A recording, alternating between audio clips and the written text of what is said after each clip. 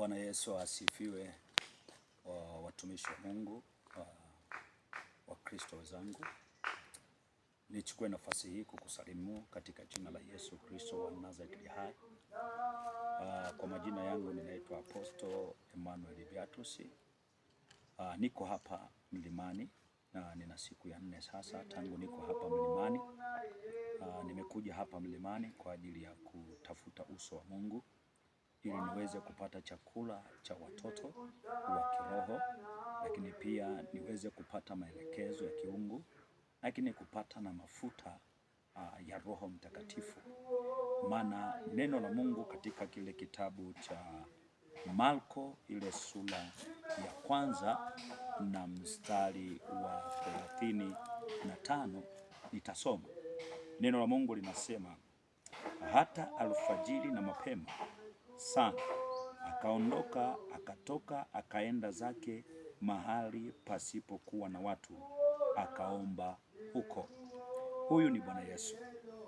Bwana Yesu ilikuwa ni kawaida katika huduma zake alizofanya hapa duniani miaka 3.5, maisha yake 90% yalikuwa ni ya mlimani.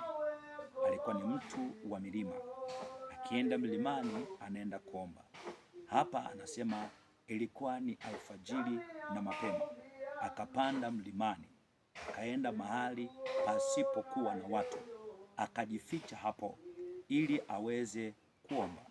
Manake alitafuta utulivu ili aweze kuzungumza na Mungu kwa ajili ya huduma, kwa ajili ya kazi ambayo amepewa, kusudi ambalo limemweka hapa duniani.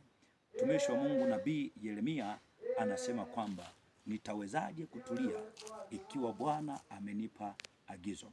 Huduma si jambo jepesi. Huduma si kitu ambacho unaweza ukakikurupukia.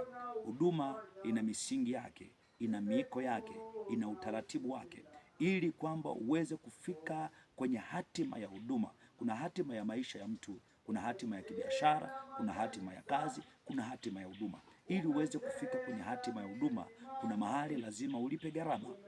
Na kulipa gharama ni kama Bwana Yesu ililazimika alfajiri na mapema. Kwenye Biblia ya Kiingereza inasema kabla haijawa siku, kabla mchana haijakuwepo.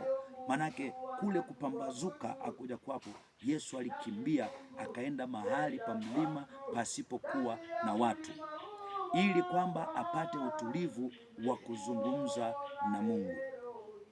Najua unaweza kuwa unasikia sauti, kuna watu wanaendelea kuomba, kuna watu wanaendelea kuimba, kwa sababu wako watu wengi kwenye mlima huu wanaomba, kila mmoja kwa huduma yake. Kuna waimbaji wako huku wanaomba ili huduma zao za uimbaji ziweze kukua. Kuna watu wa kinabii wako hapa wanaomba, kuna walimu wako hapa wanaomba ili huduma zao zikue. Lakini wako watu ambao wana mahitaji mbalimbali, sio mchungaji wala hana huduma yoyote kanisani, lakini amekuja, ni mshirika, amekuja mlimani kuomba ili vifungo viweze kufunguliwa.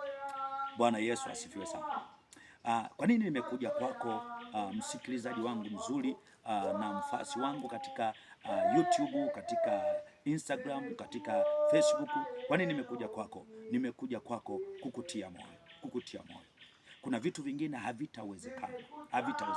Kama Yesu mwenyewe alinena, ambaye ndio kiongozi wetu mkuu, akasema kwamba mambo mengine hayawezekani pasipo kuomba na kufunga. Mimi naomba nikuongezee kitu kimoja, sio katika hilo andiko.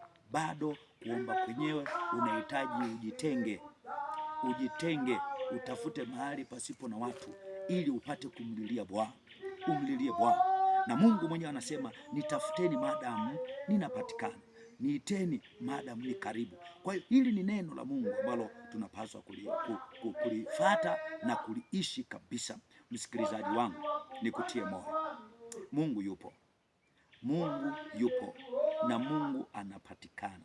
Nimepandisha huku mlimani kwa neema sana, kwa neema. Sio mara yangu ya kwanza